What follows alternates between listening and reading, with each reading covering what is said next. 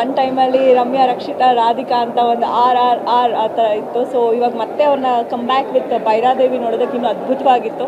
ತುಂಬ ಎಷ್ಟಂದರೆ ಸ್ಟಾರ್ಟಿಂಗ್ ಒಂದು ಸ್ಮಾಲ್ ಸೀನಲ್ಲೇ ಜರ್ಕಾಗೋಯ್ತು, ಅಷ್ಟು ಭಯ ಆಗೋಯ್ತು. ಲಿಟ್ರಲಿ ನಾನು ಕುತ್ಕೊಂಡು ಫುಲ್ ನೋಡ್ಬೋದಾ ಅಂತ, ಯಾಕಂದರೆ ಸ್ವಲ್ಪ ಹಾರರ್ ಮೂವಿ ಅಂದರೆ ಭಯ ಆಗುತ್ತೆ. ಬಟ್ ಹೋಗ್ತಾ ಕತೆ ಬೇರೆ ರೀತಿಯೇ ಹೋಗುತ್ತೆ. ಆ್ಯಂಡ್ ತುಂಬಾ ಟ್ವಿಸ್ಟ್ ಇಟ್ಟಿದ್ದಾರೆ ಡೈರೆಕ್ಟರ್ ಶ್ರೀಜಯ್ ಅವರು. And specially Radhika ma'am first ಹಾಫ್ಗೂ ಸೆಕೆಂಡ್ ಹಾಫ್ಗೂ ಆ ಚೇಂಜ್ ಓವರ್ ತುಂಬ ನಂಗೆ ಇಷ್ಟ ಆಯಿತು. And of course how can I forget Ramesh Aravind sir. ನಾನು ಅದೇ ಸರ್ ಹತ್ರ ಹೇಳ್ತಾ ಇದ್ದೆ, ಸರ್ ನೀವು ಈ ರೇಂಜ್ ಕ್ಯಾರೆಕ್ಟರು ಆಫ್ಟರ್ ಒಂದು ಡಿಕೇಡ್ ಆದಮೇಲೆ ನೀವು ಈ ಥರ ಒಂದು ಕ್ಯಾರೆಕ್ಟರ್ ಮಾಡಿದರೆ it's really nice and it's treat to watch.